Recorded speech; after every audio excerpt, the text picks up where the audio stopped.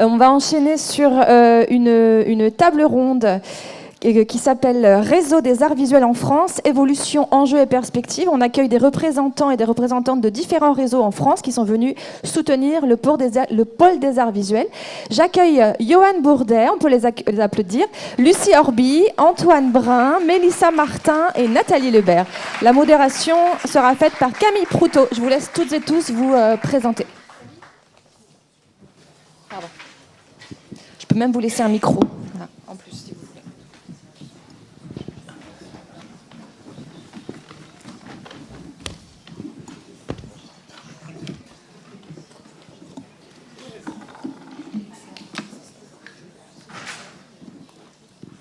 Hop, c'est bon, ça marche.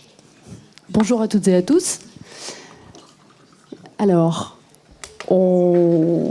après cette première journée dédiée où on a beaucoup parlé du local, de la région, mais aussi de problématiques plus larges, sur cette table ronde, on va vraiment faire un pas, on va regarder ce qui se passe dans les autres régions.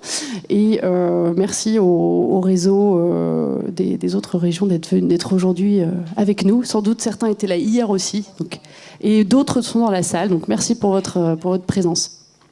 Pour démarrer, je vais laisser la parole à Lucie Orbi, secrétaire générale de 50 Nord-Est, Polar Visuel Hauts-de-France, qui va nous faire une petite introduction sur l'évolution des réseaux depuis une dizaine d'années. Je te laisse la parole. Merci Camille.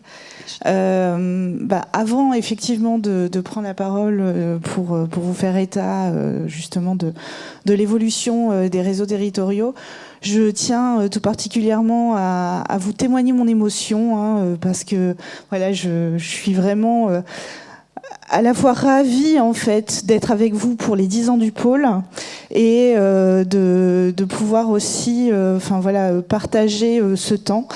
Moi qui ai aussi été en région pendant quelques années, c'est avec une vive émotion en tout cas que je partage ce moment avec vous. Alors donc là, je vais vous lire un peu. Je vous ai préparé un petit texte sur l'état des lieux. Donc en fait, on a réalisé un état des lieux à la rentrée 2024 sur des données 2023 qui ont été comparées avec celles de 2016 et celle de 2011, mais principalement celle de 2016. Cet état des lieux a été réalisé dans le cadre de travaux d'un cercle d'échange que nous avons, coordinateurs, secrétaires généraux, directeurs de réseau, et a été porté par 4 d'entre nous, que je tiens à remercier, donc Provence Art Contemporain, donc le PAC, à Marseille, RN13 bis pour la Normandie, le réseau Tram en Ile-de-France et 50 degrés Nord, 3 degrés Est pour les Hauts-de-France. Il a réuni donc les données de 13 structures et donc nous constatons effectivement en premier lieu qu'entre 2016 et 2023, faisant suite justement à la réforme territoriale dont Emmanuel Vallon a fait état et à la finalisation aussi des schémas d'orientation et de développement des arts visuels, donc SODAVI. Je ne répéterai pas le terme complet, donc retenez bien les SODAVI. Une évolution justement du paysage des réseaux sur les territoires afin de les conditionner majoritairement sur une entrée régionale, sur la base bien évidemment de la nouvelle cartographie des régions françaises. Alors bien évidemment, cette cartographie n'a pas bougé partout en France, ça n'a pas été votre cas en région Pays de la Loire, mais ça a été le cas dans de nombreuses régions. Et donc c'est 8 structures qui ont disparu et 3 nouvelles qui se sont créées. Nous avons également noté que majoritairement en 2023, nous sommes encore sur une phase de transition. La majorité des réseaux sont en cours de structuration, alors qu'en 2016, certains étaient en mutation, d'autres en phase de structuration. Mais en 2016, aucun stabilisé, contrairement à 2023, où effectivement certains étaient stabilisés.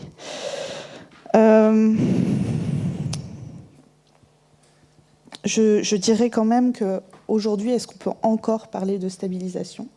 C'est une vraie question sur laquelle je pense on reviendra pendant l'échange, puisqu'on est quand même dans un monde en forte fluctuation. Les grands points à noter, donc il y en a 7.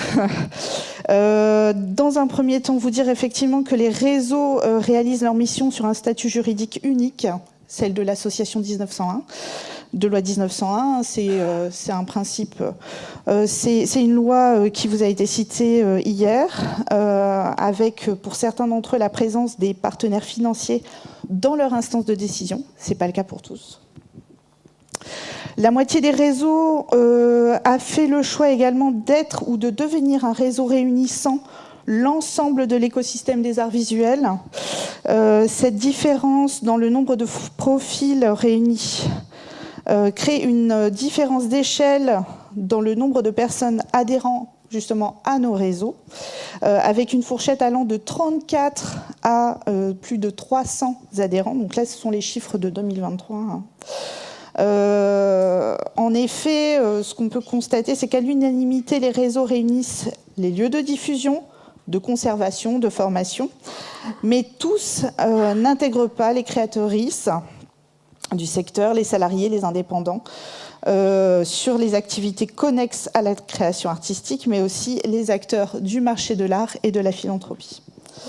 Ceux qui, justement, ont fait le choix de réunir l'ensemble des parties prenantes ont vu bondir le nombre de leurs adhérents de façon fulgurante en quelques années. Je pense que certains d'entre nous se reconnaissent. Et cela marque effectivement la nécessité pour ces groupes d'acteurs, et tout particulièrement pour les profils d'artistes auteurs-autrices, de se retrouver à cette échelle, permettant de faire porter aussi leur voix, leur réalité territoriale, leurs besoins dans les instances de décision et des lieux de concertation. En 2023, 3/4 des réseaux territoriaux ont en projet ou ont une charte de valeurs communes, voire des fondements éthiques inscrits dans leur statut, contre uniquement la moitié en 2016. Donc on voit effectivement une évolution. Ces chartes ont le pouvoir de faire réunir les acteurs autour de principes déontologiques, éthiques et ou de valeurs à respecter, permettant de consolider les principes autour desquels les acteurs se réunissent. Donc c'est vraiment une base très très importante. Concernant les missions et les objectifs, entre 2016 et 2023, nous avons aussi constaté un net basculement des objectifs prioritaires et des cibles d'activité depuis l'avancement des SODAVI. Alors que les objectifs fondateurs étaient la mutualisation de la communication et les événements de circulation des publics, les réseaux, aujourd'hui, se concentrent sur une cible professionnelle avec des enjeux de structuration, de mutualisation de ressources, et de représentation auprès des pouvoirs publics, en plus, bien évidemment, de la valorisation de leurs adhérents. Nous avons également pu pointer que 3/4 des réseaux se reconnaissent aujourd'hui dans le rôle de prescripteurs auprès des collectivités territoriales. Et enfin, dernier point, qui est aussi très important, donc sur les ressources. Les moyens financiers des réseaux en 2023 s'élèvent à hauteur de plus de 3,2 millions d'euros. Donc tout confondu, c'est le poids global. Les ressources financières médianes s'élèvent à hauteur de 180 000 euros, comprises entre 100 000 et 480 000 euros. Cela crée bien évidemment de fortes disparités sur les territoires français. Majoritairement, ces ressources sont issues de subventions d'exploitation avec une forte variable sur le nombre de partenaires publics, entre 2 et 9. On constate également que certains réseaux ont fait le choix de diversifier leurs ressources au-delà de l'intervention de l'État et des collectivités. Cela passe par les cotisations des membres adhérents, bien évidemment, au projet associatif, pouvant aller jusqu'à plus de 31 000 euros, mais aussi par la monétisation de certaines de leurs activités, des dons et des partenariats avec le privé, mais qui restent encore très très rares en fait. Par rapport justement à l'ensemble des réseaux territoriaux. Également, la richesse de nos réseaux permet de créer par ailleurs une économie des communs que les équipes, bien évidemment, tentent de lister chaque année afin de les faire apparaître dans nos bilans financiers. On constate encore une fois une forte disparité à valoriser les mises à disposition de biens et de services, le temps de bénévolat, les contributions en nature, mais elles sont bien présentes. Pour les réseaux ayant fait la démarche en 2023, elles sont allées à plus de 125 000 €. Au-delà d'un chiffre, cela reflète la vitalité de nos vies associatives, ce qui amène les réseaux sur nos territoires d'action à une véritable coopération. Merci. Merci Lucie pour ce panorama très complet sur toutes les dimensions. Il y a une grande disparité des réseaux, beaucoup de bouleversements ces dernières années et on comprend vraiment qu'il y a un essor de ces réseaux depuis 2016. Donc c'est riche d'enseignements. On est dans une nouvelle étape, nous, en région Pays de la Loire. J'espère que pour vous, vous allez pouvoir continuer ce développement.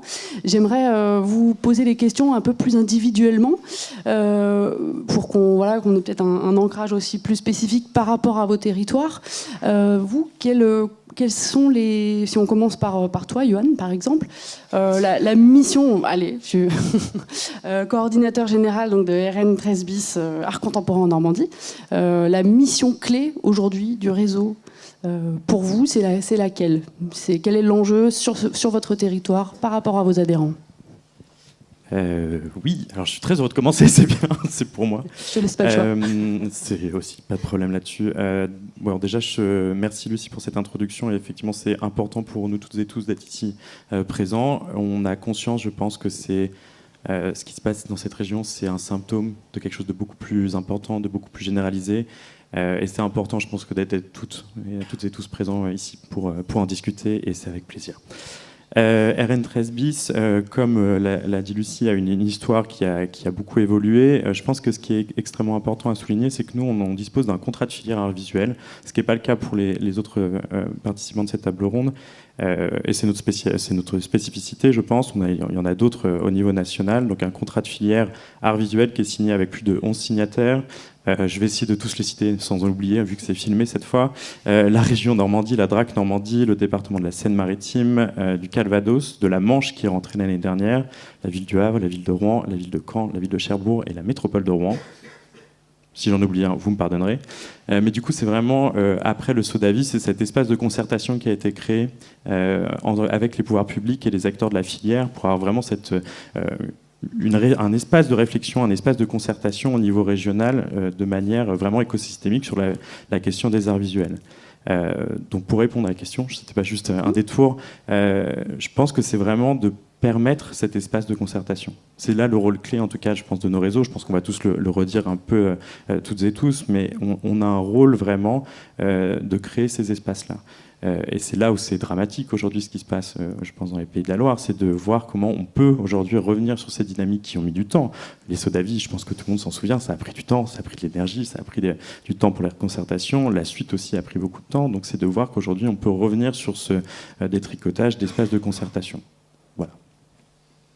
Très bien, merci. Antoine, peut-être vous sur une mission un peu spécifique justement du réseau à mettre en lumière aujourd'hui. Oui, donc bonjour, Antoine Brun, directeur du réseau ACB Art Contemporain en Bretagne. Tout d'abord, comme mes homologues, je voulais remercier Nathalie de son invitation. Voilà, on est ravis de pouvoir être avec vous malgré le contexte, mais en tout cas, voilà, on trouvait ça important et on est plusieurs réseaux, y compris dans la salle, à être venus pour aussi montrer notre solidarité envers le pôle art visuel qui est un pôle important qui a inspiré nombreux réseaux et notamment ACB Art Contemporain en Bretagne dans sa structuration. Donc voilà, on est très content de pouvoir être avec vous et en tout cas voilà aussi très malheureux de ce qui se passe en Pays de la Loire. Et en tout cas pour donc ACB, pour recontextualiser un tout petit peu ACB aussi, donc ACB est un réseau qui a été créé en 2002. Historiquement, c'était un réseau de personnes morales, donc les principaux lieux d'art contemporain en Bretagne. Ça a duré jusqu'en 2021 et dans la lignée donc des Sodavi, autour de la table, donc tous les acteurs et actrices de l'écosystème des arts visuels se sont réunis et l'une des premières préconisations qui avait été faite, c'était qu'ACB puisse muter afin de pouvoir représenter l'ensemble de l'écosystème. Et donc c'est là où on s'est inspiré notamment du pôle art visuel qui a été l'un des premiers à intégrer les artistes, auteurs, autrices notamment. Et donc depuis août 2021, ACB est dans une nouvelle forme qui intègre et des personnes individuelles, donc principalement les artistes, auteurs, autrices, mais on a aussi les indépendants, indépendantes, commissaires, critiques d'art, chercheurs, chercheuses, et des salariés à titre individuel. Et donc, pour faire aussi écho à ce que disait Lucie, en effet, nous on est passé de 60 adhérents en 2021 à 270 à l'heure actuelle. Donc on a une sacrée dynamique avec tout ce que ça implique. Et donc pour revenir à la question, justement, nous, du fait de l'intégration des personnes individuelles dans un réseau qui pendant 18 ans était uniquement des personnes morales, le premier rôle, moi, que je mets en avant quand on me demande à quoi sert ce réseau, si je peux dire, c'est de faire de l'interconnaissance, pour rebondir à ce que tu disais, c'est-à-dire et avoir un espace de concertation, mais avant tout de permettre aux personnes de se connaître, de se comprendre aussi, parce que nous on a vu au moment de l'intégration des personnes individuelles que ça s'est pas forcément fait naturellement tout de suite, parce que les personnes individuelles et les structures n'ont pas les mêmes besoins, les mêmes situations aussi, les mêmes préoccupations, même s'il y a un cadre commun et il y a du commun, mais il y a aussi des spécificités. Et moi, c'est ça le rôle du réseau, c'est de créer des passerelles entre les personnes, parce que pour pouvoir travailler ensemble, il faut se connaître, se comprendre. Et après, on fait du commun, et après, on peut penser à des choses. Et donc, le rôle d'ACB, entre autres, on a plein de missions comme tous les réseaux, mais voilà, c'est de fédérer et de créer des espaces de concertation, d'échange, de rencontres, y compris pour les adhérents et adhérentes, et plus largement, parce que voilà, nous, on organise aussi des rencontres où on invite les non-adhérents, adhérentes à venir échanger avec les adhérents et adhérentes.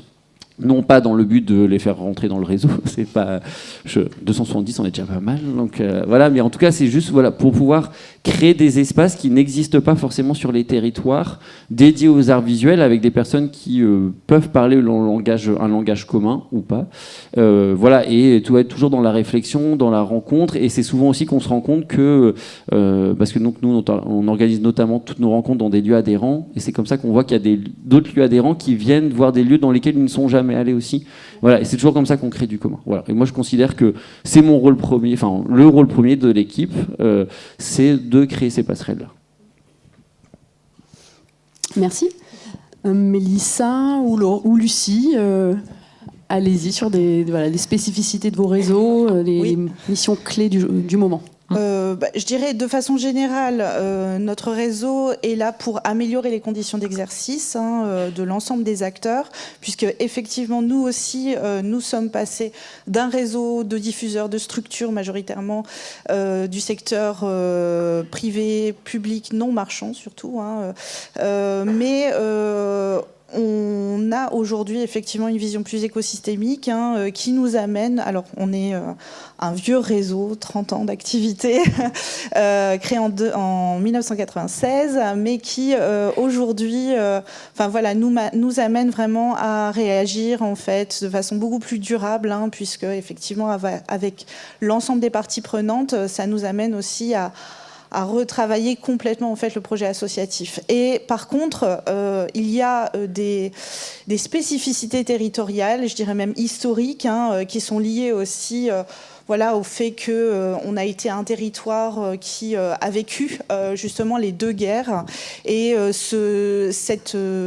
ça reste en fait, ça reste aussi dans les façons d'agir notamment. On est un territoire qui crée énormément de solidarité entre les acteurs, qui facilite aussi la coopération. Pour vous dire, la coopération, c'est quelque chose qu'on porte au sein justement de ce réseau depuis 2002, donc c'est pas quelque chose de nouveau pour nous. C'est quelque chose qui fait vraiment partie aujourd'hui justement des actions phares, je dirais, et des missions phares qui sont portées par le pôle. Mais j'y reviendrai peut-être plus en détail après si cela est possible. Ça marche. Bonjour, Mélissa Martin, donc Devenir Art. On a pas mal de similitudes entre les réseaux, donc c'est un peu dur d'avancer, mais évidemment, de notre côté aussi, le but est d'accompagner l'ensemble des professionnels. Donc chez nous aussi, on a les indépendants, les artistes qui font partie du réseau. On est nés, nous, en 2018. voilà, enfin, suite au saut d'avis, dans tous les cas, je pense que c'est une bonne base. Et ce qui a découlé directement de justement ces espaces de concertation entre les professionnels, c'est donc la charte des bonnes pratiques et une envie de lister beaucoup de préconisations, dont le référentiel de rémunération. Voilà, tout ça s'est mis en place progressivement, mais surtout, ça s'est fait via beaucoup de groupes de travail réunissant beaucoup d'acteurs et d'actrices différents et différentes. Et le but de nos missions, c'est aussi de garder l'esprit qu'on fait réseau et de faire le garde-fou entre les intérêts personnels de chacun. Donc notre mission, elle est là, et elle est aussi d'apporter de la ressource directement tirée de leurs besoins et de leurs envies. Et on va aussi mettre en place des dispositifs pour les valoriser. C'est-à-dire, il y a beaucoup de lieux et d'acteurs et d'actrices différentes, beaucoup de zones rurales chez nous, et on organise tout ce qu'on peut pour pour montrer cette variété d'acteurs et d'actrices. Voilà. Bon, après, on a des dispositifs comme chacun, mais on va avoir nous des temps de rencontre entre des critiques pour aller voir des ateliers d'artistes dans la région. Et on a aussi, donc ça c'est la partie valorisation professionnelle. Artistique, pardon, et des artistes, pardon, oh là là, je vais y arriver. Et on a aussi des dispositifs de valorisation des lieux à destination des tout publics pour justement se déplacer dans la région et montrer voilà, tous ces lieux qui ne sont pas forcément accessibles quand on est citadin et qu'on ne peut pas se déplacer. Voilà, on va les emmener à la rencontre des différents acteurs du territoire. D'accord, merci Voilà. pour d'être rentré dans un exemple aussi, c'est intéressant. Et là, j'ai envie de me tourner vers Nathalie. Donc, toi, les missions clés pour toi aujourd'hui des pôles, et aussi une question, qu'est-ce que ça t'a apporté, toi, de travailler en réseau? Je sais que t'es beaucoup en réseau, vous travaillez beaucoup ensemble. Qu'est-ce que ça apporte de rester en lien avec les autres réseaux? Qu'est-ce que vous partagez? Qu'est-ce que ça t'apporte ça t'a apporté jusqu'à aujourd'hui, et qu'est-ce que tu peux dire aussi à ceux qui vont prendre la suite au Polar Visuel de ce lien avec les réseaux? Trois questions pour moi. Elles sont toutes reliées. Bon, je ne vais pas répéter effectivement ce qui a été dit, parce que en fait, on a un certain nombre de missions communes, ce qui fait notre force et ce qui fait aussi finalement un certain nombre de liens et de partages qu'on continue à développer au fil du temps. Et donc dans les transformations aussi des réseaux, c'est extrêmement riche de voir ces évolutions, de les opérer ensemble, et puis d'en faire les analyses, d'en faire un certain nombre de constats sur des écueils, sur des difficultés, mais aussi sur des exemples extrêmement positifs. Donc ça, c'est en effet, je commence à répondre déjà un petit peu à cette question, mais c'est très enrichissant. Peut-être redire, mais les acteurs ici le savent, mais peut-être pas tous et toutes, mais les membres fondateurs du Polar Visuel ont fait un travail assez exceptionnel ici il y a 10 ans tout juste. Donc on n'est pas un réseau qui a 30 ans, effectivement, on est bien plus jeune. Ils ont fait un travail formidable, c'est de penser ce réseau en écosystème.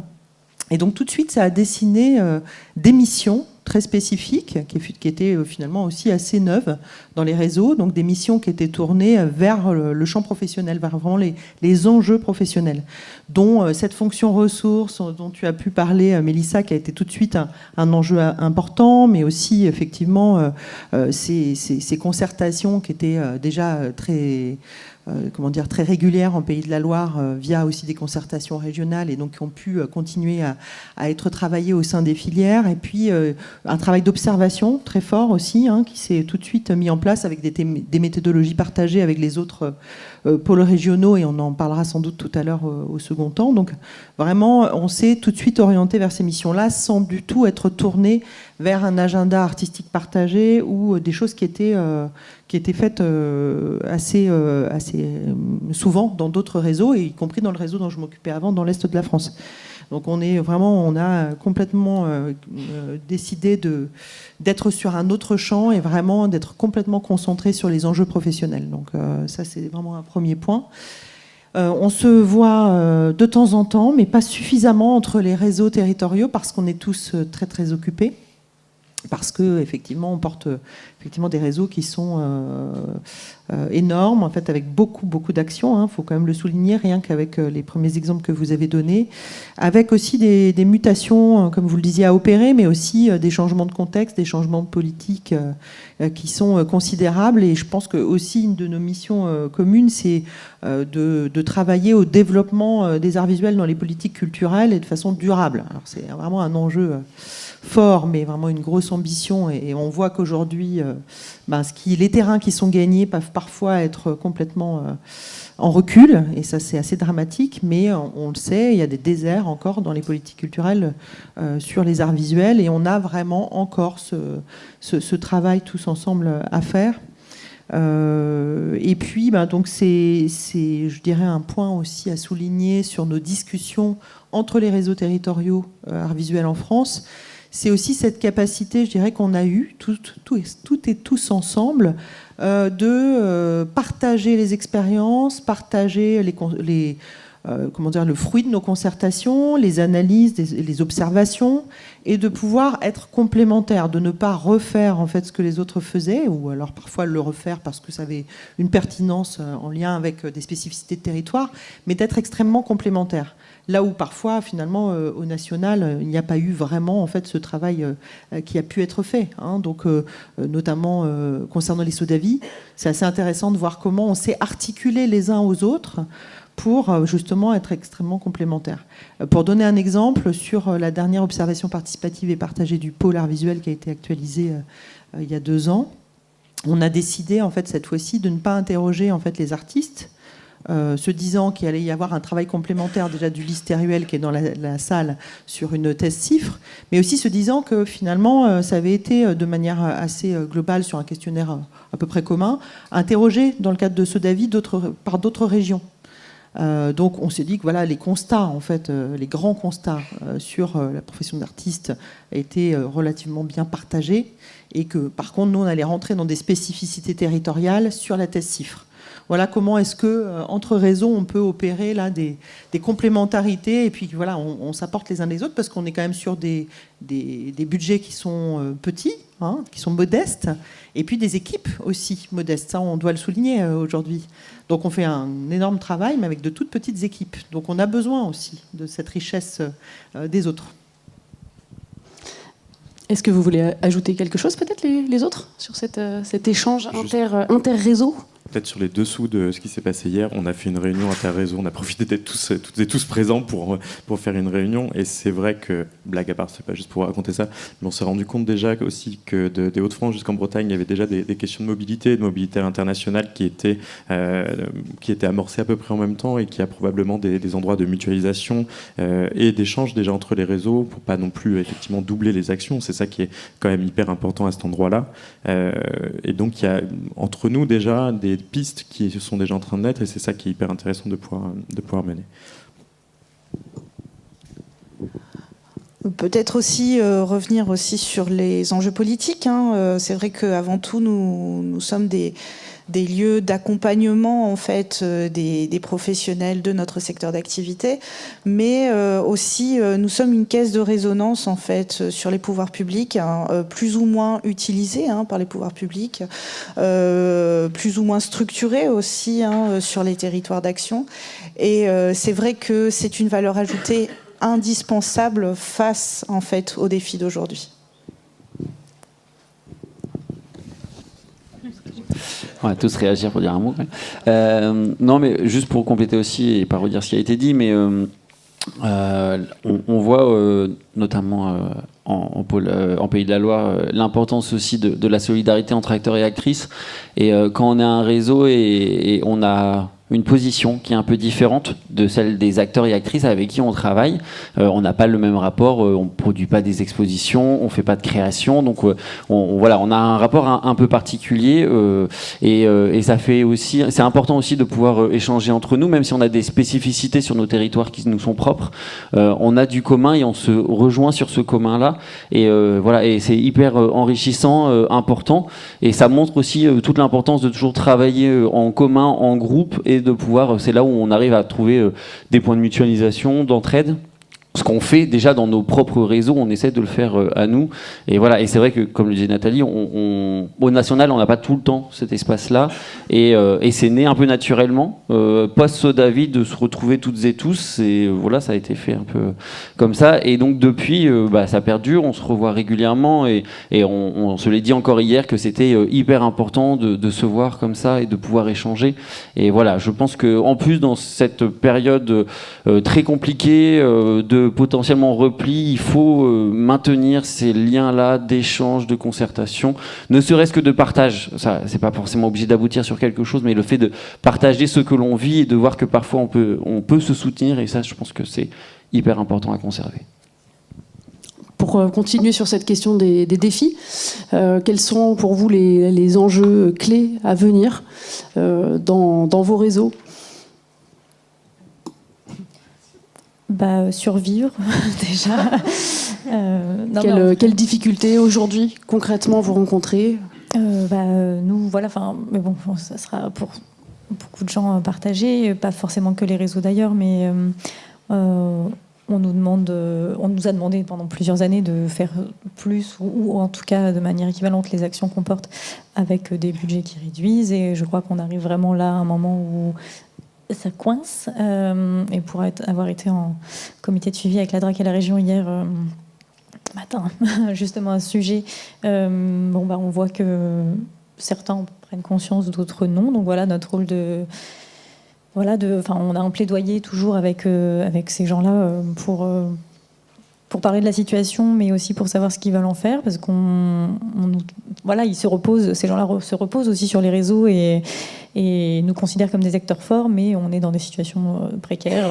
Dans notre région, nous, on a un dispositif qui s'appelle le CAPASSO, qui est une aide régionale pour l'emploi dans les milieux associatifs, mais qui est dégressif, et voilà, avec 3 renouvellements, et puis après, c'est au revoir. Du coup, voilà, on fait face aussi à tout ça. Donc, c'est pour ça que nous, après 2026, on va voir comment on s'en sort pour les emplois. Pour les emplois. Donc, du coup, voilà, je pense que chacun ses petites spécificités, mais dans tous les cas, on a une grande force et en même temps, on a les pieds dans la boue. Donc, et ça glisse. Est-ce qu'il y a eu des coupes budgétaires, par exemple, peut-être à une moindre mesure qu'ici, mais est-ce que vous êtes face à ça ? Oui, tout à fait. Okay. Tout à fait, au niveau régional aussi, même s'ils l'ont fait de manière intelligente, il faut le reconnaître, mais on en a quand même, et certaines collectivités qui se désengagent. Enfin voilà, nous on est... comme toutes les associations, la cotisation des adhérents ne permet pas de maintenir nos postes. Donc du coup, voilà, les défis, ça va être de maintenir tout ça de manière saine et de pouvoir... on essaye toujours de se projeter dans de nouveaux outils, dans de nouveaux livrables. On essaye de maintenir aussi nos groupes de travail. Je ne sais pas si on est plusieurs à le faire, mais nous, de notre côté, on met en place des indemnités pour les artistes qui participent à ces groupes de travail. On appelle ça des indemnités de perte de gain, justement, parce que le temps qu'ils passent avec nous, ils ne le passent pas à créer.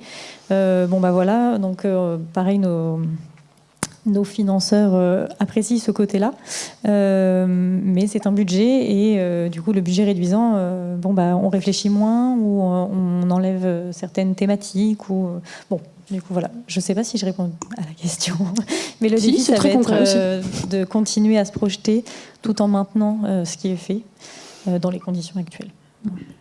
Est-ce que quelqu'un d'autre veut répondre à cette question-là, des défis problématiques actuels ? En fait, on a toujours été amené à avoir des défis. Je pense que ça fait partie de notre ADN. Mais c'est vrai qu'aujourd'hui, on vit une situation quand même assez exceptionnelle, unique, inédite, qui bouleverse aussi nos schémas de pensée de façon générale, en tant que citoyen, citoyenne. Mais je dirais, on vit aussi un monde ultra polarisé en fait, et cette polarisation nous amène aussi à penser qu'il y a des espoirs en fait. Moi je perds pas espoir, je perds jamais espoir, je suis quelqu'un de très positif, et je me dis que l'espoir sur lequel on peut se reposer, c'est justement de créer en fait des espaces beaucoup plus robustes en fait, qui forcent en fait les synergies, les interdépendances, le partage des communs, le fait de pouvoir en fait travailler autrement effectivement, ou de renforcer déjà l'existant. Et qui nous amène en fait aussi à pouvoir en fait justement aller beaucoup plus loin. Alors c'est plus long, ça c'est sûr, la temporalité elle est plus longue, mais on est des acteurs du temps long.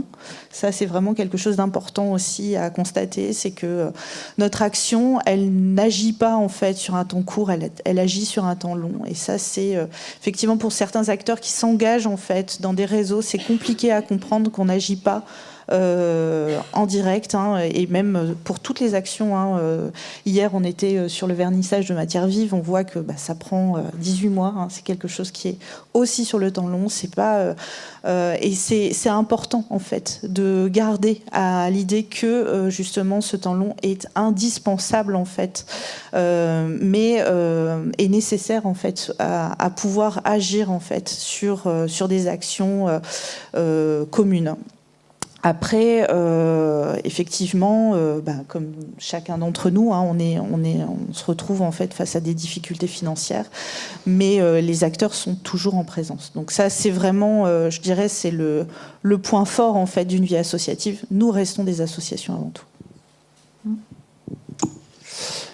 Oui, donc nous pour ACB, ça va un peu tout déjà ce qui s'était dit, mais après, nous déjà. Dans la situation actuelle, un défi, c'est d'éviter le repli des acteurs et actrices au sein du réseau. C'est toujours l'idée de créer des passerelles, il faut les maintenir. Une fois qu'on les a créés, il faut les animer. C'est aussi le rôle d'un réseau, c'est d'animer un réseau. C'est la mission première pour nous. Et donc, c'est-à-dire, c'est de toujours faire en sorte qu'on maintienne ce lien, nous, avec nos acteurs et actrices, et les acteurs et actrices entre eux et entre elles. Et là, au vu du contexte, ça peut être mis à mal aussi naturellement, parce que il peut y avoir un réflexe de se renfermer sur soi ou renfermer sur sa situation. Comment vous le percevez, ça, concrètement? Comment tu le mesures c'est des personnes qui s'impliquent un petit peu moins, qu'on voit un peu moins souvent, qu'il faut aller un petit peu plus chercher pour ramener, etc. Et c'est aussi à nous, en fait, de toujours proposer des nouvelles choses, essayer d'entendre les besoins des adhérents et adhérentes et d'essayer de voir comment on peut y répondre. Toujours là, par exemple, donner un exemple très concret. Jusqu'à maintenant, à ACB, on a toujours fait des rencontres qui étaient ouvertes à tout le monde, y compris aux non-adhérents, adhérentes. Et pour la première fois, l'année dernière, on nous a fait la demande de faire des rencontres que pour les adhérents et adhérentes. Bon, voilà. Donc on s'est dit, ok, on va tester. Et donc cette année, en plus de nos rencontres qu'on maintient, qui sont ouvertes à tout le secteur, on organise et des rencontres que pour les artistes adhérents, adhérentes à l'échelle de chaque département, et des rencontres que pour les structures adhérentes à l'échelle de chaque département. Et on se rend compte qu'en fait déjà, nos acteurs et actrices de chaque département ne se connaissent pas forcément sur un territoire proche. Et en fait, c'est vrai qu'à un moment, nous on est une dimension régionale, mais parfois il faut descendre d'un échelon, aller sur le départemental pour créer des connexions. Et pour rebondir sur ce que disait aussi Lucie, c'est en tant que réseau, c'est aussi notre rôle. Alors, ce qui n'est pas toujours facile, on le fait peut-être pas forcément toujours bien, il faut être honnête aussi. Mais c'est d'accompagner en fait les acteurs et actrices à peut-être repenser les modes de coopération, peut-être aller plus vers la mutualisation vu aussi le contexte, et notamment nous les rencontres entre structures adhérentes, ça en partie cette vocation-là, c'est-à-dire pour pouvoir faire de la mutualisation, on revient au principe qui est de se connaître. Et nous, on a fait une première réunion dans les Côtes d'Armor avec 8 structures, et certaines ne se connaissaient pas, ou n'étaient jamais venues dans le lieu de l'une et de l'autre. Et en fait, c'est en se disant, voilà, de quoi vous avez besoin, et on s'est rendu compte que très vite, il y a des choses qui peuvent se mettre en place, mais comme elles se voient par un, par une, par deux, parce que c'est des distances qui peuvent être longues, parce que chacun a un emploi du temps de malade, surtout en ce moment. Voilà, et en fait, quand nous, en tant que réseau, c'est arrivé à créer des pauses et de se dire, pendant une demi-journée, venez vous rencontrer. Et donc là, on voit, alors après, il y a des choses que nous, le réseau, on peut être en capacité de porter. et des choses qu'on peut accompagner. Donc là, par exemple, les acteurs, les structures des Côtes d'Armor sont en train de penser à un guide pour communiquer sur leur structure. Donc nous, on ne va pas intervenir parce que c'est à l'échelle départementale, mais en fait, c'est né de cette rencontre-là où elles se sont mises autour de la table en se disant c'est quoi nos besoins de communication, ok, on crée un guide. Voilà. Et nous, on a associé les départements, et donc là, les départements vont les aider, et parce que le département est venu à cette rencontre-là, ça a créé en fait quelque chose. Voilà. Et je pense que c'est ça où c'est le rôle aussi d'un réseau, mais c'est un défi parce qu'il faut arriver à attirer les structures, faire venir aussi les artistes, mais ça peut déboucher sur des trucs très très intéressants. Et pour finir sur aussi la notion du temps long, nous à ACB on a ce qu'on appelle des chantiers thématiques qui sont des espaces de réflexion où les adhérents et adhérentes votent les thématiques sur lesquelles elles souhaitent travailler et elles s'engagent pendant 2 ans. Mais c'est long, 2 ans. Il faut arriver à maintenir ça, mais c'est hyper important parce que les chantiers thématiques doivent aboutir à des préconisations très concrètes. Et donc nous cette semaine là on vient de sortir après 2 ans et demi de travail de nos bénévoles, notamment un guide sur la contractualisation et la rémunération et le premier pacte pour l'égalité de genre dans les arts visuels. Et donc c'est vraiment né d'une réflexion de nos adhérents adhérentes, mais voilà, là aussi dans un contexte actuel, c'est aussi un travail pour montrer l'intérêt de ces chantiers de réflexion tout en prenant en compte que ça reste du bénévolat, que c'est du temps dédié dans des situations qui peuvent être compliquées financièrement avec du manque de temps, etc. Et en effet toujours essayer de montrer l'importance d'avoir ce temps long, parce que 2 ans ça peut paraître très loin, et en même temps ça peut aboutir à des choses qui peuvent être vraiment aider le secteur, mais ça prend du temps de le faire. Voilà. Vous êtes combien dans vos équipes? Très rapidement, vous, ACB, par exemple. Alors, nous, on est 3,3. On est 2 personnes à temps plein en CDI, une 3e personne à temps plein, mais en CDD sur l'accompagnement qu'on vient de recruter cette année. On essaie de pérenniser son poste, mais c'est pas la période la plus optimiste pour le faire. Et on a une personne mise à disposition sur l'administration, c'est le 0,3. Voilà. Mise à disposition pour un groupement d'employeurs. Un groupement d'employeurs, voilà, okay. Pendant 1 journée et demie par semaine sur la compta et l'administratif. Ok, ça marche. Et vous, rapidement, c'était juste pour... Oui. Pour 2 personnes en CDI à temps plein, 1 personne en alternance et parfois des contrats ponctuels. Eh ben nous, on est 3 à temps plein qui ne bougent pas pour l'instant. 3,2. Voilà, si on essaye de comparer. Et l'avantage, c'est que presque toute l'équipe s'est déplacée, donc on rentre dans une voiture, c'est génial. Ils sont là-bas dans la salle, je les salue aussi. Peut-être juste pour rebondir sur tout ce qui vient d'être dit, moi je rebondis sur ce que tu viens de dire sur la solidarité. Et le repli sur soi, je pense que c'est quelque chose qu'on commence tous à voir, et plutôt que de chercher les effets que ça peut avoir dans nos structures, on voit effectivement des fois des questions d'investissement, des questions de sujets qui sont peut-être moins partagés ou des choses comme ça, c'est sûr, mais on voit très bien comment ça fonctionne. Le discours ambiant, il est toujours le même. On l'a vu ça dans d'autres secteurs, on a vu ça 15 000 fois ces dernières années. C'est la question de l'égoïsme, la question du ça coûte cher, on donne ça à ces gens-là. Et en fait, c'est ce petit discours-là en fait, qui est en train aussi de créer le repli sur soi. Et c'est ça qui est un vrai danger, je pense, pour nos réseaux. C'est de laisser s'installer aussi sa manière de parler des actions et des acteurs qu'on représente au sein de nos réseaux. Et c'est ça aussi qui est assez dangereux. Et encore une fois, j'ai un père qui était cheminot. On voit ce que ça a pu donner de monter les gens les uns contre les autres dans la société, mais aussi dans certains secteurs. Bref, je fais juste cette parenthèse, mais c'était quelque chose qui est pas juste de voir ce que ça donne dans nos réseaux, mais aussi de savoir pourquoi, d'où ça vient. Et je pense que le fait qu'il y ait de plus en plus de groupements de culture en lutte, que nous, le SNAP CGT vient d'ouvrir une branche en Normandie, je pense que c'est aussi ça donne une conséquence aussi de justement de lutte contre ce discours-là qui est un peu trop présent. Et donc un enjeu, oui, nous, c'est aussi de pérenniser, de poursuivre ce travail collectif avec on fonctionne toutes et tous un peu comme ça, avec des groupes de travail. C'est important d'essayer de les rendre les plus vifs possible, le plus important possible dans les prises de décision au sein de nos structures, qui sont des espaces démocratiques, je pense, en tout cas pour les prises de décision, pour les échanges. Et c'est là où aussi on a une vraie place dans la filière qui n'est pas la même que des agences. Peut-être dans d'autres filières, il y aura peut-être l'occasion d'en parler dans la prochaine table ronde, mais je pense qu'il y a certaines agences qui répondent à une commande politique. Nous, on est un espace, encore une fois, de coopération, de discussion, d'échange, qui ne pose pas la même méthodologie de travail. Et nous, la question pour RN13 bis s'est posée souvent, comme petite musique de fond aussi, sur l'idée peut-être de nous transformer en une agence un jour. Bon, c'est plus trop le cas pour l'instant, on est un peu tranquille, ils ont arrêté cette petite musique pendant quelques temps, mais c'est un changement ça serait un changement en tout cas de fonctionnement qui serait assez, peut-être pas radical, parce que je pense qu'on reste attaché à ces groupes de travail en tout cas, mais c'est quelque chose d'important, je pense, à souligner. On pourra en parler dans les perspectives et les formes que peuvent prendre les réseaux dans les prochaines années, peut-être les risques que vous voyez, mais aussi les opportunités. Nathalie, sur cette question des défis, est-ce que tu voulais ajouter quelque chose, toi, pas Le repli sur soi, est-ce que c'est quelque chose que vous avez pu ressentir aussi en région, dans le réseau ? Pas du tout là, parce que effectivement, il y a une grande solidarité. Et je remercie vraiment toutes et tous. On a reçu énormément aussi de messages de soutien. Et puis, je pense que les acteurs sont quand même à l'écoute les uns des autres en ce moment.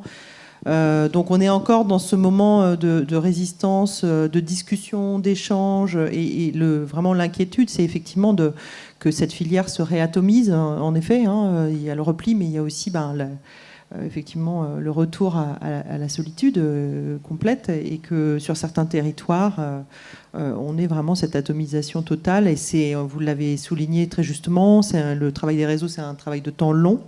En fait, et on l'a vu en fait avec Valérie Roll et Thibaut Menou hier, en fait, la manière dont se construit un réseau, dont les adhérents progressivement rejoignent en fait un réseau, rejoignent une dynamique coopérative. En fait, il faut du temps. Il faut aussi que les acteurs se sentent légitimes, d'avoir une place en fait dans cette filière qui longtemps a été atomisée. Donc en fait, on est aussi quelque part un peu nouveau dans le champ malgré tout. Et moi, j'ai un peu peur de ça, même si j'ai grande confiance en tous les acteurs là qui sont en train de se mobiliser et qui font un travail formidable pour prendre la suite. Mais voilà, il faut être extrêmement vigilant sur ces questions.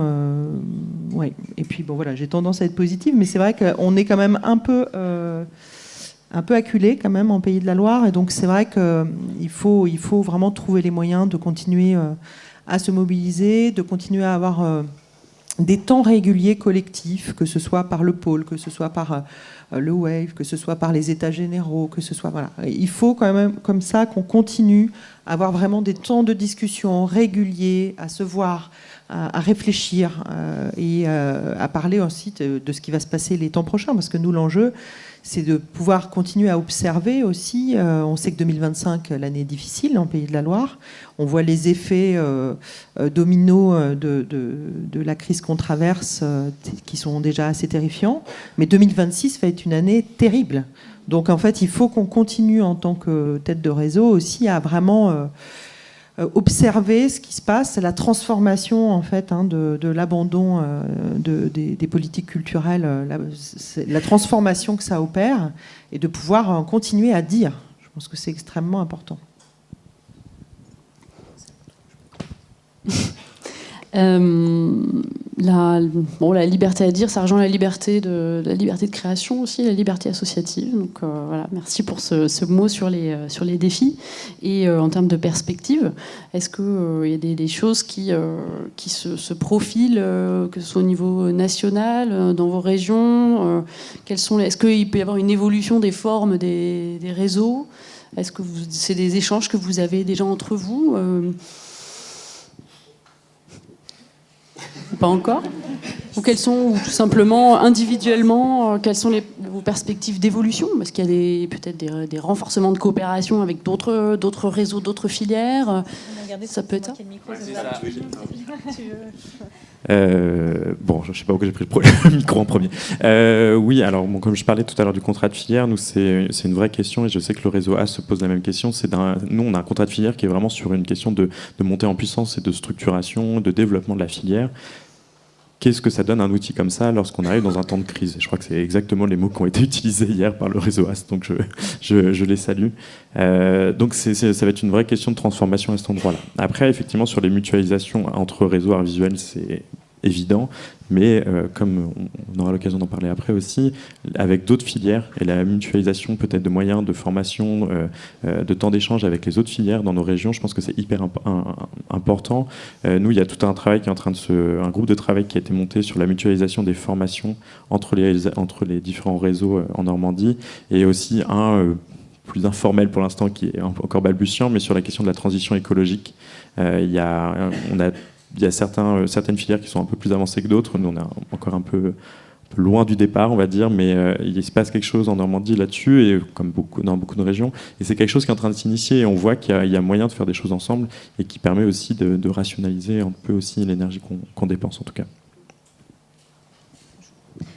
J'enchaîne parce que justement, nous, de notre côté aussi, c'est pareil, on a, avec d'autres acteurs régionaux, ces volontés du coup de mutualiser les formations. Avec un acteur qui s'appelle Métier-Culture, donc voilà, tout est dit. Dans nos perspectives aussi, c'est une réelle demande qui émane des artistes, c'est de collaborer avec les autres secteurs non artistiques. Donc du coup, voilà, c'est aussi se rapprocher d'autres réseaux médico-sociaux, entrepreneuriales. Enfin, je ne sais absolument pas tenir un micro, donc je suis désolée. Aussi, dans nos perspectives, nous, on a une commission observation sectorielle qui s'est lancée et qui fait écho aussi à d'autres acteurs régionaux qui ouvrent leurs enquêtes aux arts visuels. Donc, on essaye de battre le fer tant qu'il est chaud parce que c'est plutôt rare. Ils sont plus sur le spectacle vivant, donc voilà. Donc, on va essayer d'embarquer tout ça pour justement avoir des remontées en 2026. Voilà, justement pour rendre compte en fait de ce qui se passe réellement dans le quotidien des actrices et les faire remonter plus haut, puisqu'apparemment ils ont besoin de chiffres. Ils ne comprennent que les chiffres. Donc, on va leur en donner. Et aussi, on a une réelle demande de nos adhérents, c'est de multiplier les rendez-vous conviviaux, mais surtout sans enjeu pro, vraiment. C'est-à-dire qu'on les réunit toujours pour travailler, pour réfléchir ensemble, etc. Mais voilà, il y a une demande de ce côté-là, de se retrouver et juste de se demander comment ça va et d'échanger nos pratiques. Donc voilà, on essaye de multiplier aussi ces rendez-vous. Voilà, on a mis en place les déjeuners visio sur une base déjà connue d'autres réseaux. Mais du coup, c'est vrai que ça leur fait du bien et nous aussi. Donc voilà. Et je pense avoir fait le tour. Et juste par rapport à ce que tu disais tout à l'heure, Lucie, je pense que le rôle des réseaux, c'est aussi de distribuer de l'espoir aussi à ceux qui en ont besoin. Parce que vraiment, sur ces derniers mois... nous, je sais qu'on a pas mal les artistes au téléphone qui nous disent qu'ils vont se reconvertir. Et juste, ça m'a fait penser à la rencontre qu'on avait eue avec les étudiants, avec Nathalie, justement avec Talm, où certains étudiants, même pas sortis de l'école, pensent déjà à se reconvertir.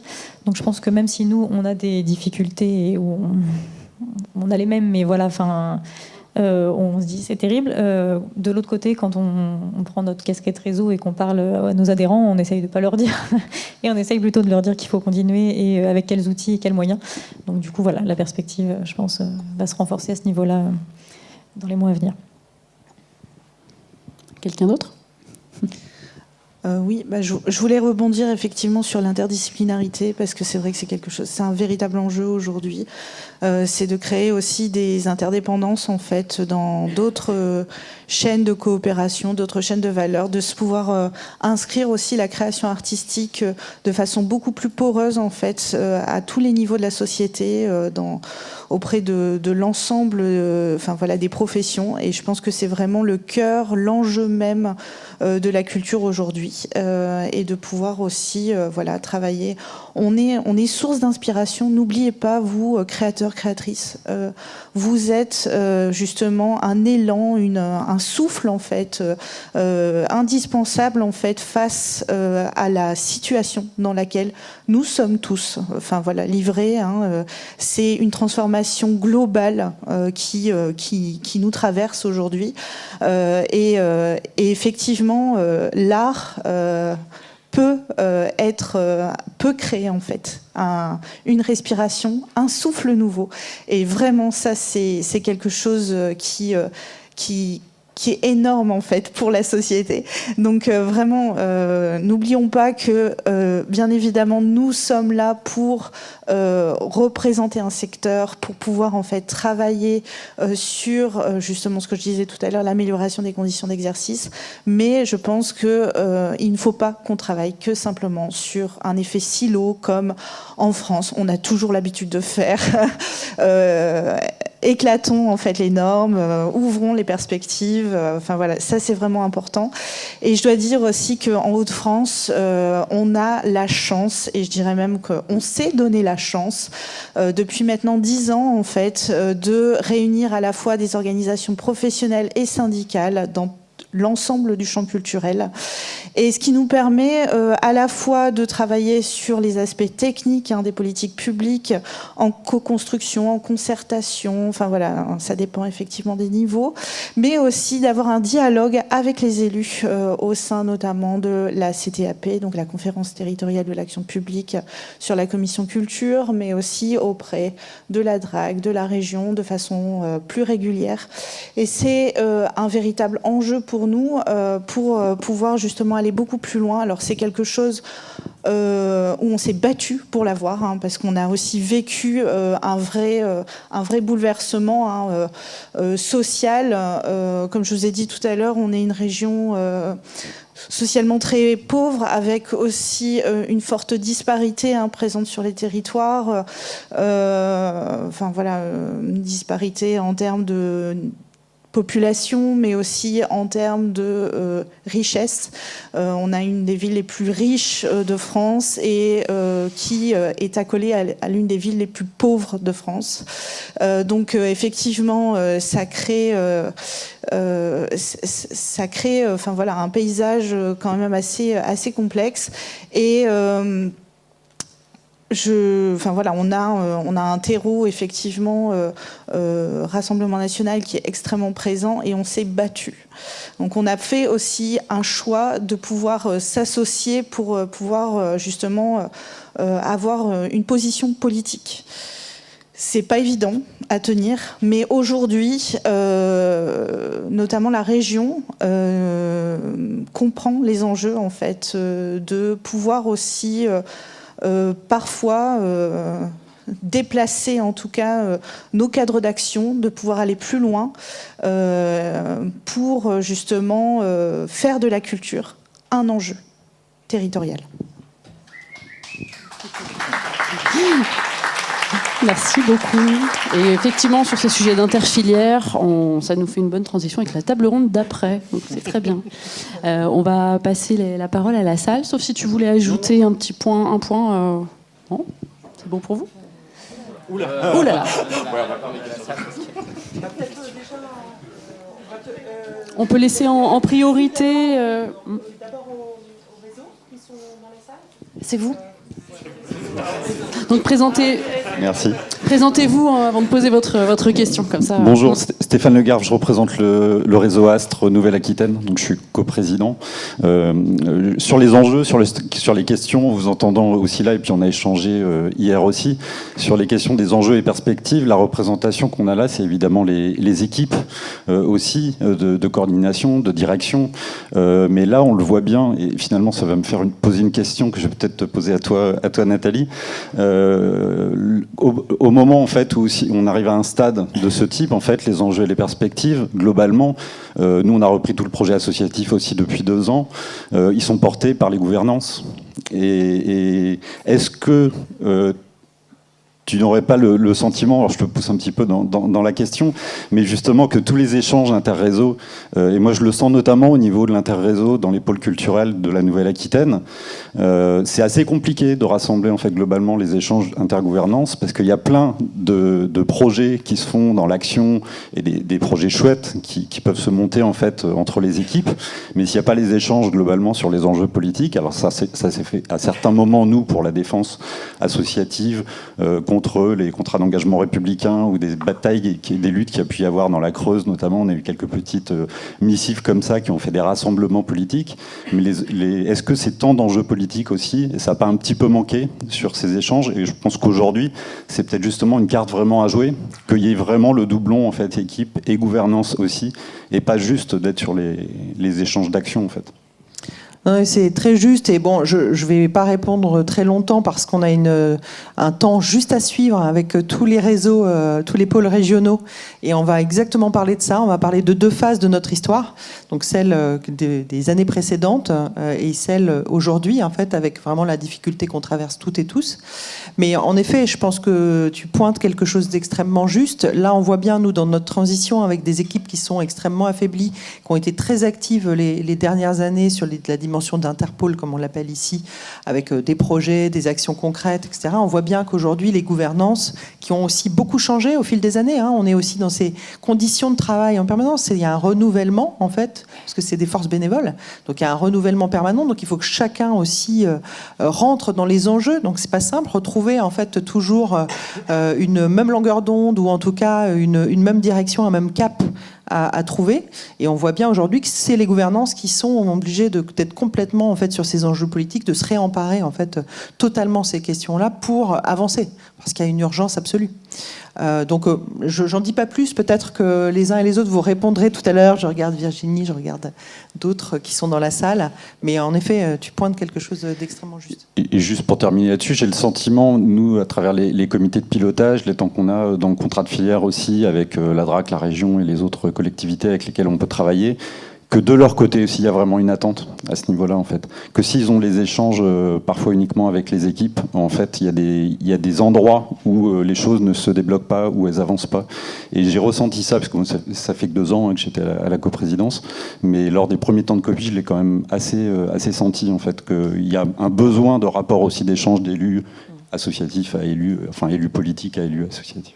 Alors ceci dit, je modère quand même ce que je disais, sur un point, c'est que nous, que ce soit le pôle art visuel, mais aussi dans les autres pôles, en fait, il y a toujours eu quand même constitution de binômes, voire trinômes, voire plus, en fait, sur les rendez-vous politiques. On a toujours fonctionné de cette manière-là, donc c'est assez rare finalement que de mon côté, je sois allée toute seule sur les rendez-vous politiques, sauf si c'est des questions qui restent purement techniques, et ça me semble hyper important, en fait, dans notre manière d'agir, d'associer systématiquement, effectivement, les membres de la gouvernance. Donc nous, en tout cas, c'est comme ça qu'on a travaillé systématiquement. Ce qui permettait, effectivement, qu'on construise ensemble, qu'on ait un propos commun et qu'on puisse garder le même cap, vraiment sur la durée des projets. Je voudrais rebondir. Nous, au niveau du collectif régional Art et Culture, dont je vous parlais tout à l'heure, il y a 5 membres du conseil d'administration, en fait, qui suivent toutes les conversations du CRAC. Donc qui font le lien aussi avec notre organe de gouvernance et qui aussi participent aux échanges avec les élus. Oui. Nathalie, je vous dis, vous me dites à qui donner le micro. Pardon. Je ne sais pas. C'est vous. Voilà, bonjour tout le monde. Je reprends la parole comme hier. Et comme hier, je parle au nom du SNAP CGT. J'espère que vous êtes tous au courant de ça, de cette loi PPL pour la continuité des revenus des artistes-auteurs. Et là, justement, c'est une raison d'espoir, c'est une bataille à gagner. Et on a besoin de votre soutien, vous, les structures. Justement, en ce moment, c'est ce qu'on cherche parce que ça passe... Bon, j'oublie les termes, excusez-moi, mais ça passe bientôt à l'Assemblée nationale, puis au Sénat. Et on a vraiment besoin, si vous voulez, on se voit tout à l'heure, de votre soutien. Parce qu'on a un certain nombre d'élus qui vont voter cette loi, qui sont d'accord avec nous, mais on a besoin de remonter du terrain, vraiment. Et vous, les structures, vous pouvez vraiment, si vous êtes bien sûr d'accord avec cette proposition de loi qui vise à ce qu'on bénéficie d'une continuité des revenus, c'est-à-dire un chômage, vous pouvez vraiment épauler cette décision. Donc, s'il vous plaît, aidez-nous, vous vous aiderez vous-même. Et puis, voilà, c'est un bon signe d'espoir. De la même façon, je me permettrai de dire que... on parlait d'ouvrir, en fin de compte, les professions de l'art aux autres. Nous, on travaille avec les intermittents. Qui sont beaucoup plus forts et plus nombreux que nous au sein du syndicat. Mais en fait, c'est très bien parce qu'on bénéficie de leur dynamique. On est dans la roue du cycliste, là. Et donc, il faut qu'on fasse ça aussi avec les comités de chômeurs et aussi avec les autres salariés. Bon, nous, on est au sein d'une confédération, donc c'est beaucoup plus facile, en fait. Mais voilà.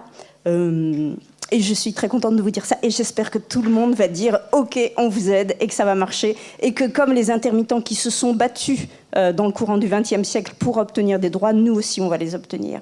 Donc, voilà. Merci.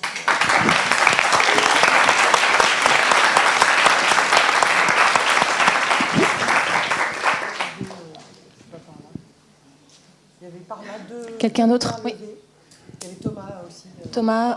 Non, c'est pas vrai. Vous êtes, voilà. Oui, bonjour. Merci.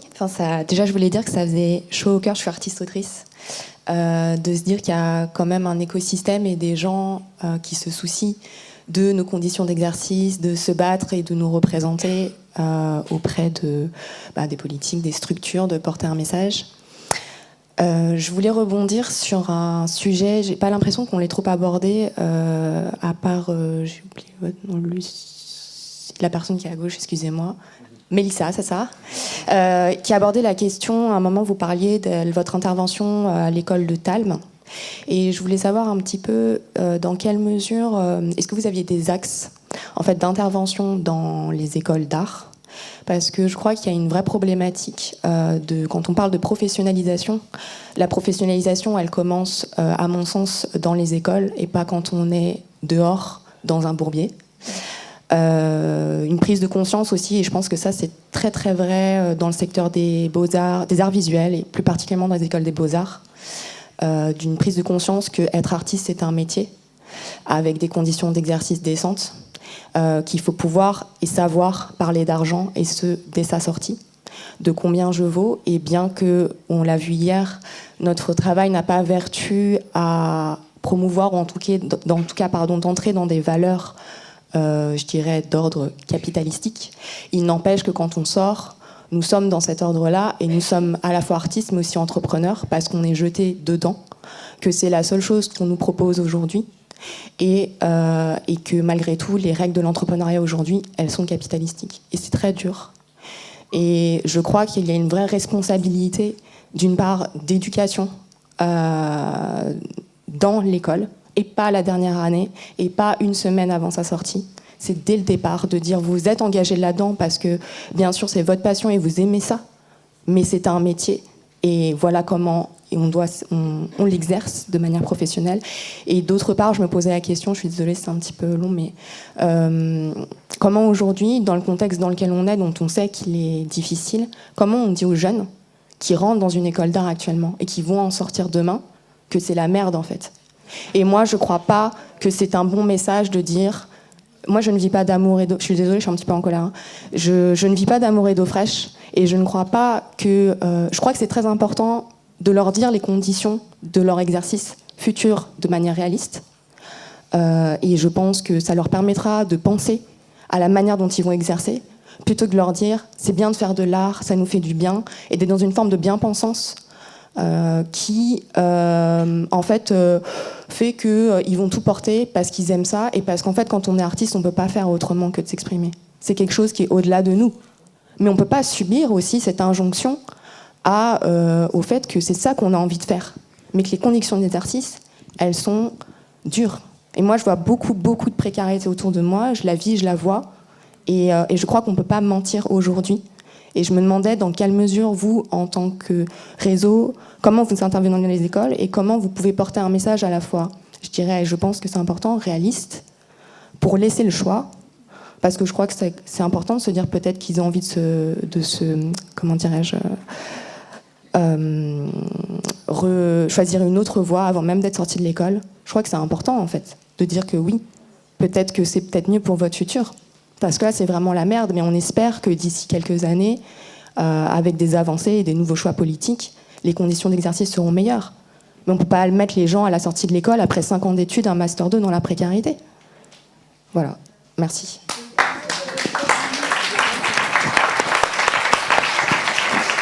On va peut-être vous laisser déjà... On va peut-être vous laisser répondre. Après, je vous prendrai une dernière, et après, on arrêtera. Attendez le micro, s'il vous plaît. Bonjour, je suis aussi artiste-auteur, autrice apparemment, il faut dire comme ça. J'ai enseigné pendant plus de 15 ans dans le supérieur. Et en fait, on ne peut pas tout dire à des jeunes de 18 ans. La vie, elle se construit. Donc la vie, elle se construit tout le temps. Alors oui, la vie d'indépendant, c'est complexe. On saute dans le grand bain et on voit. Mais en fait, ça s'apprend tout au long de la vie. Donc enseigner, c'est aussi transmettre justement cette joie de vivre et l'envie. Et après, oui, de donner les clés. Mais il n'existe aucun métier en indépendant. Il y a énormément de métiers où il y a sans arrêt à devoir se confronter. Oui, la vie est âpre et rude, mais on ne peut pas le dire tout de suite à un jeune de 18 ans. C'est pas possible. Donc ça avance, ça se construit. Alors, pour répondre juste, nous, à notre échelle, quand on intervient en école, on parle évidemment d'argent, mais de contractualisation surtout. En gros, on leur dit tous les points sur lesquels ils vont devoir être vigilants. Justement, c'est pas parce que on va faire une expo et on va te donner une bière à la fin que tu vas être content, parce que ça ne se fait pas, parce que c'est pas légal, et parce que toute compétence mérite salaire, tout travail mérite salaire, et on leur indique que bonjour. On leur indique voilà tous les points de rémunération déjà qui quand on fait une expo, il y a plein de points où on peut être rémunéré et qui doivent être pris en considération. Quand on fait une expo, on doit être invité au vernissage, on doit être rémunéré pour ce vernissage. Enfin bon, on leur liste toutes les ressources aussi qu'on a nous de notre côté justement pour eux, pour qu'ils puissent appuyer quand ils sont en train de négocier avec une structure, une expo.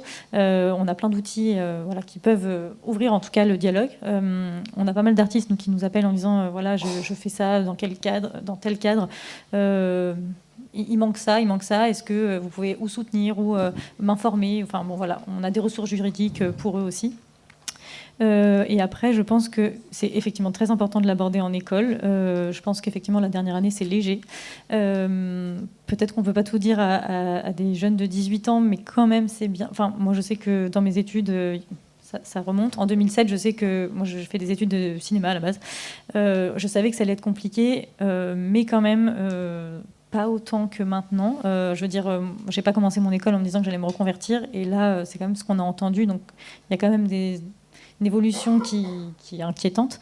Donc, je pense que c'est important même si on leur dit pas ça va être la merde, vous allez galérer toute votre vie, je pense que c'est important de leur dire qu'il faut vraiment être vigilant sur certains points pour se préserver, se protéger et protéger leur activité, tout simplement. Bon, voilà. Merci. Peut-être juste un point, moi je voudrais souligner, en fait, d'ailleurs les 2 représentantes des écoles de la région sont dans la salle et je vous les remercie. En fait, ça fait 8 ans qu'on fait un travail avec les écoles sur le territoire, en fait, de journées professionnelles que vous connaissez bien les uns les autres, en fait, juste à la sortie de l'école. Donc on fait vraiment la jonction avec l'école. Donc c'est un travail qui s'est construit dans le temps, qui est maintenant quelque chose qui est attendu par les jeunes. Je pense que c'est important aujourd'hui de dire que ça ne peut plus exister non plus par rapport à tout ce qu'on sait. C'est vraiment important aussi de signifier qu'on ne peut pas tout remplacer. Ça me semble être un geste fort. Je voudrais aussi souligner quand même qu'on a constaté avec les collègues du pôle une évolution. On fait beaucoup d'accompagnement en fait des artistes qui sont parfois des jeunes artistes à la sortie de l'école sur les questions de statut et autres. Et on a constaté quand même une nette évolution, c'est que depuis quelques années, en fait, ils ont déjà leur statut avant de sortir de l'école, parce qu'ils sont déjà en fait sur des contrats, sur des expos, sur des projets, et ils ont déjà enclenché pas mal de choses. Et souvent, ils viennent nous voir aussi maintenant avant de sortir de l'école. Donc il y a une nette évolution. Donc évidemment, il y a toujours beaucoup à faire encore, mais les moyens se réduisant, c'est complexe de trouver aussi la bonne équation. Mais je trouve qu'il y a une évolution. Je trouve qu'il y a une évolution. Si on veut voir un peu de positif, malgré effectivement ce qu'on a entendu de jeunes qui étaient soit dans des crises d'angoisse dans les écoles, soit en souhait de reconversion sans être sortis encore de l'école, c'est vrai que c'était des constats assez durs à entendre. Mais je peux peut-être, si vous le souhaitez, vous passer la parole. Je sais pas si... On va prendre une dernière question. On remarque, oui. Vous vouliez... et hors deux, ces 2 dernières, et puis après on va enchaîner sur l'autre table ronde. Ça serait bien que les élèves puissent réagir. Alors, ok, allez-y, et puis on veut... Je donne la parole comme à la fin. Oui.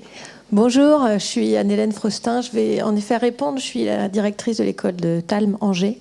Donc j'ai très envie de pouvoir apporter mon regard. Chloé Hérault, qui travaille aussi à nos côtés pour Talm, est présente. On peut dire beaucoup de choses en effet, mais pour dire, il faut aussi que l'échange, c'est dans la réciprocité. Il faut que nos étudiants puissent entendre.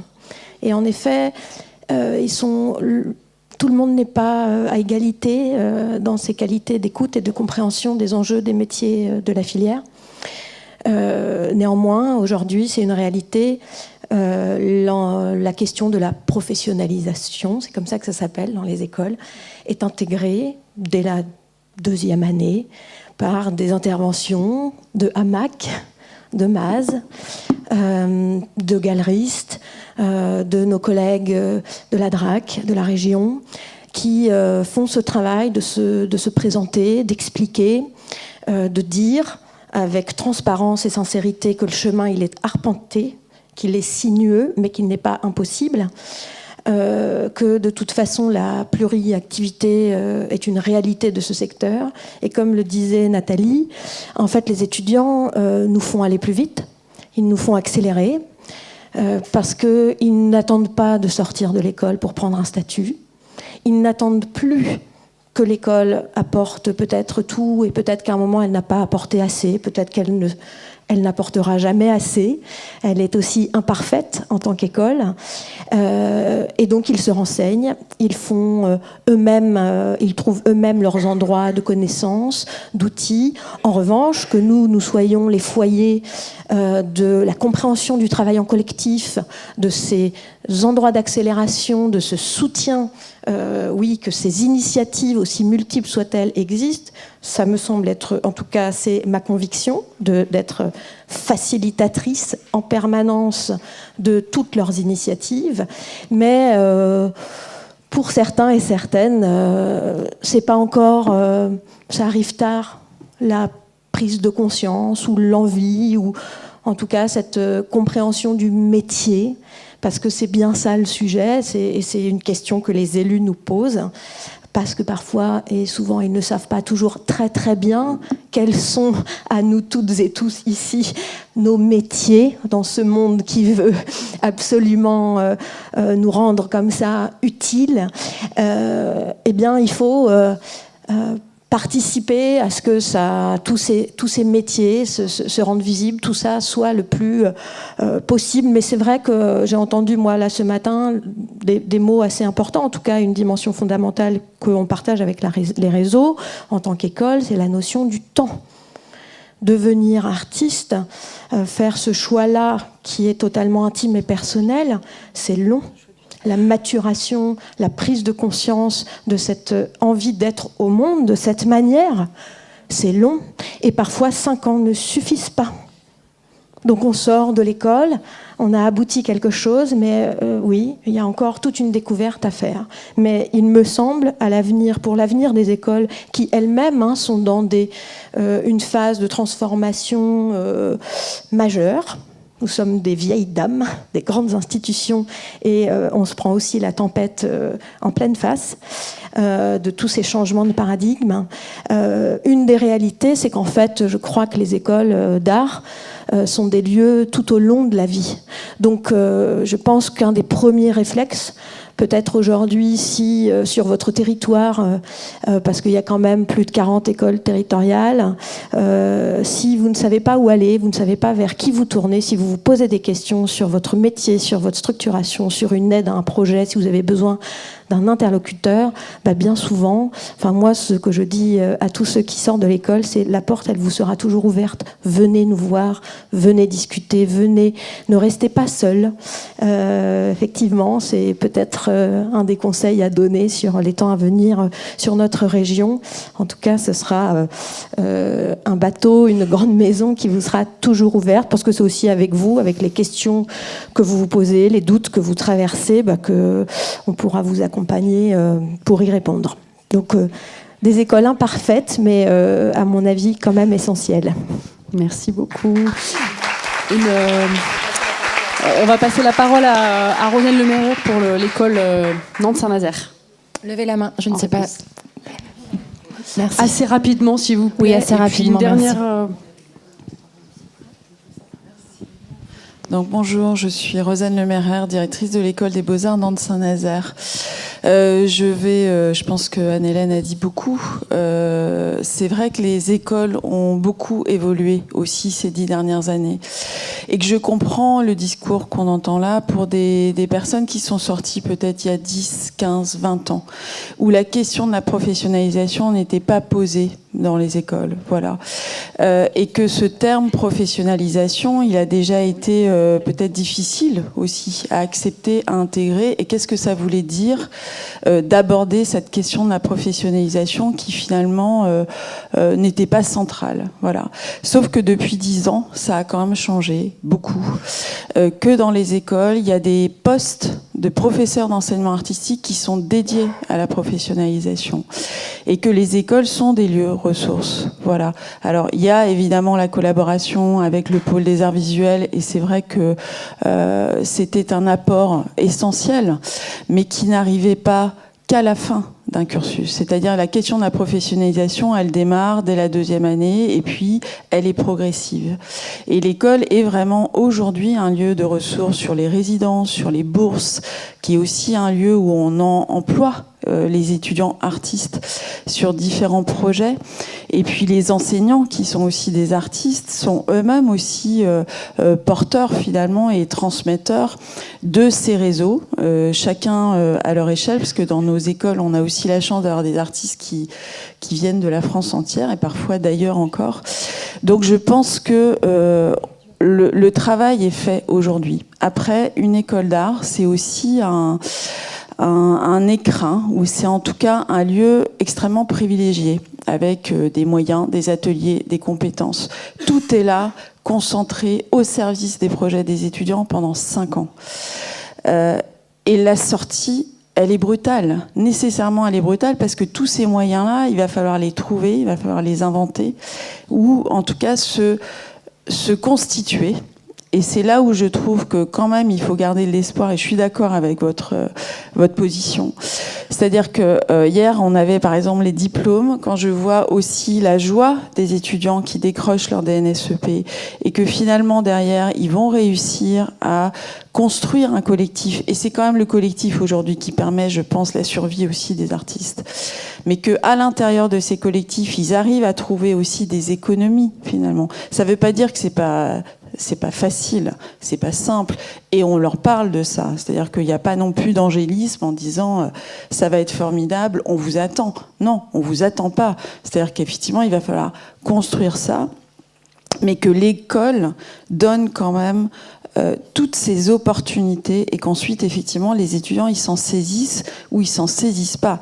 Et comme disait Anne-Hélène, parfois, c'est pas le moment, c'est trop tôt, et qui veulent peut-être pas être confrontés non plus à cette réalité-là trop tôt. Et ça, on le respecte. Voilà. Donc, ça veut dire qu'au fil des 3-4 années, on va dire, ces propositions, elles sont là. Et puis après, c'est aussi le choix, le moment, la maturité, etc. Donc voilà, juste pour dire, et effectivement, les écoles, et alors nos écoles, elles sont certainement aussi assez, on va dire, proactives là-dessus, mais c'est le cas aujourd'hui de toutes les écoles d'art. Et le ministère de la Culture a mis en place des ressources et notamment des subventions fléchées, ça s'appelle Culture Pro, auxquelles on doit candidater chaque année, mais n'empêche qu'aujourd'hui, chaque école sur le territoire national à développer des projets, des programmes de résidence, des bourses, etc. Donc voilà, c'est imparfait, comme tu dis, et chaque année, on revisite, on re-questionne nos dispositifs, et c'est pour ça que la tristesse aussi de voir le pôle des arts visuels disparaître aujourd'hui, c'était que vous aviez aussi ce rôle important dans nos écoles, parce que parfois, c'est aussi important que les choses se fassent hors les murs de l'école et avec d'autres professionnels. Voilà, donc j'espère en tout cas que pour vous, il y aura une issue, parce que les choses changent, les contextes politiques changent, et que tout ce travail que vous avez engrangé aussi puisse se poursuivre, alors peut-être par du bénévolat au départ, mais peut-être aussi, en tout cas je vous le souhaite, que ça puisse repartir avec des professionnels. Voilà. Merci. Merci beaucoup. Désolée, on va devoir arrêter les questions pour le... Non, j'ai pas le droit. Non, on va continuer alors. Ok. Je suis plus maîtresse du temps. Merci. Une dernière. Est-ce la dernière, Nathalie? Ouais, la personne attend depuis un moment. Oh pardon, je n'ai pas vu. Je vais juste passer la parole. Et effectivement, peut-être la dernière. C'est ni une si question, c'est plutôt une remarque et pour le coup une reconnaissance. Moi, j'ai été surprise dès le début quand vous avez présenté vos missions. Vous n'avez pas, pour moi, suffisamment évoqué votre rôle ressource. Et il faut dire que, alors, soit ça faisait partie du projet initial du réseau, qui est une ressource, mais fort est constaté qu'il y a eu cette nécessité à développer, en fait, et à traduire un ensemble d'informations qui participent à la structuration du réseau, mais aussi à la structuration des artistes. Et je voulais dire aussi qu'on parle beaucoup d'écoles d'art, mais il y a aussi beaucoup d'artistes qui ne sont pas issus d'écoles d'art et qui aujourd'hui ne retrouvent les informations uniquement au sein des réseaux. Et ça, c'est un rôle essentiel et précieux que fournissent les réseaux. Et moi, je tiens à le remercier parce qu'en tant qu'artiste, j'en bénéficie beaucoup, puisque voilà, donc je suis en Bretagne, je travaille beaucoup voilà, avec ACB. Je participe aussi à l'accompagnement voilà, par mon expérience, j'accompagne aussi les artistes auteuristes, quel que soit leur âge, parce que les problématiques, elles ne sont pas uniquement celles de « je suis jeune artiste, comment je fais ?» Quand j'ai 50 ans ou 60 ans, comment je continue à faire et comment je me tiens informée de la structuration de mon activité. Et ça, aujourd'hui, seuls les réseaux le font. Et je tenais à vous remercier et à faire cette remarque parce que je trouve que vous ne l'avez pas assez pointé et tout ce travail de ressources que vous constituez est extrêmement précieux aujourd'hui. Voilà, juste...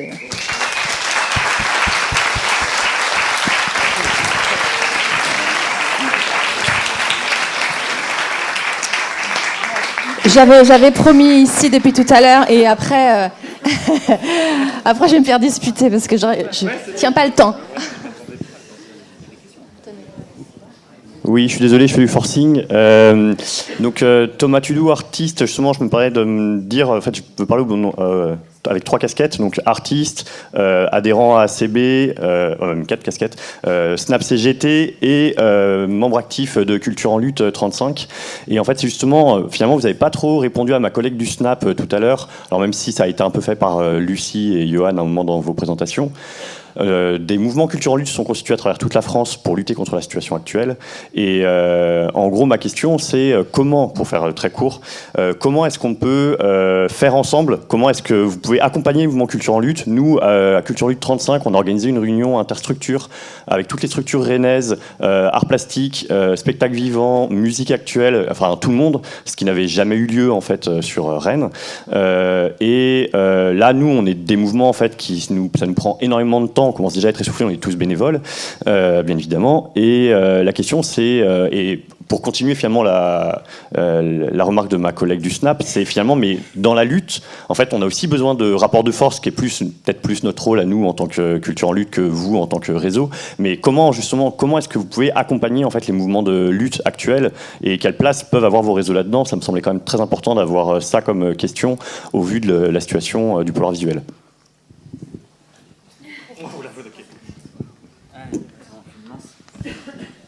Voilà, je vais me lancer, mais bon, ça va. Thomas est de mon réseau, donc qui sait. Alors, nous, ça a été débattu. Notamment Thomas, en tant qu'adhérent, a porté cette question-là, parce qu'on a eu notre assemblée générale il y a 15 jours. Et donc nous, ça a été débattu en AG de savoir aussi comment, en tant que réseau, on doit s'impliquer ou pas. Nous, en tant que réseau et directeur, j'ai participé à plusieurs réunions de culture en lutte. Et voilà, nous, en tout cas, le positionnement du conseil d'administration d'ACB, c'était d'être en complémentarité des syndicats, en sachant que nous ne sommes pas un syndicat.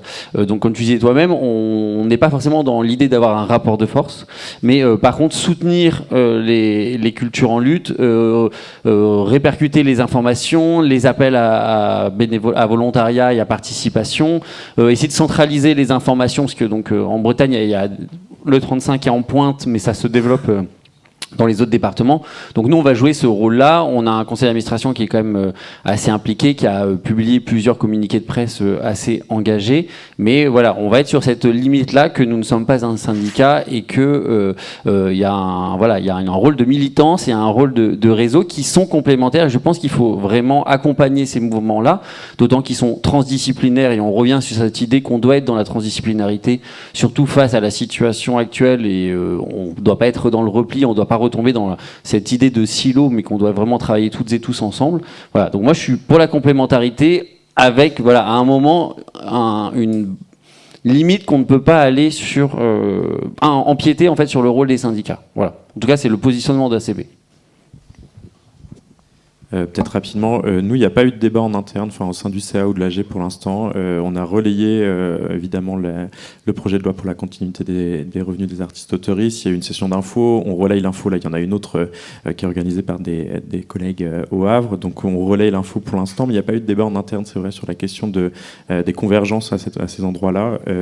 Mais en tout cas, de fait, ça se passe en tout cas sur des relais d'information et du partage d'infos. Pareil pour la constitution de la branche normande du SNAP-CGT, ça a été relayé dans notre newsletter, on a fait un petit focus là-dessus. Donc je dirais que là, on est plus à notre place dans du rôle de relais, mais je pense que ça va devenir un sujet vraiment au sein de l'AG et au sein du CA, parce qu'il y a de plus en plus d'artistes auteuristes qui s'engagent aussi dedans, dans le réseau et dans des mouvements de lutte. Et moi, je vais répondre pour le pôle art visuel Pays de la Loire, où je ne suis plus rien depuis hier. J'ai été destitué par Virginie. Tant pis. Bon, je voulais juste dire qu'on a dû signer l'ensemble des pôles des Pays de la Loire, donc tous les autres copains sont au fond de la salle ou un peu partout, une charte dans laquelle on s'engageait à ne pas s'engager. On devait être loyaux envers nos financeurs. Et la loyauté, pour eux, ça veut dire ne pas soutenir justement tous les combats, tous les trucs, sous peine de punition. Et nous avons été punis. Voilà. Pour plusieurs d'entre nous. Il y en a un qui rigole fort au fond, mais il a été bien puni. Voilà. Donc le combat, c'est plus facile quand on est un syndicat, parce qu'on a des financements qui sont garantis. Quand on est un pôle, les financements ne sont pas garantis. Ils sont protégés si les élus le veulent. Quand ils ont choisi autre chose, c'est pas facile. Et quand la DRAC, qui elle n'est pas élue, mais choisit aussi de fonctionner de manière autoritaire, eh ben, le combat n'est pas facile à mener. Donc les pôles doivent jongler entre leurs envies de soutien à des mouvements légitimes et leurs besoins de survie. Voilà. C'est pas forcément qu'on n'a pas envie, c'est que ça fait mal quand on doit fermer la porte. Enfin, on n'a pas fermé, mais voilà pour le témoignage Pays de la Loire. Voilà, merci. Je pense qu'on va s'arrêter maintenant pour cette table ronde. Il y a énormément de choses à raconter. Je pense que je vous invite, si on a le temps tout à l'heure, d'en parler avec les autres intervenants. Merci Johan Bourdel, Lucie Orbi, Antoine Brun, Mélissa Martin, Nathalie Lebert et Camille Proutot pour la modération.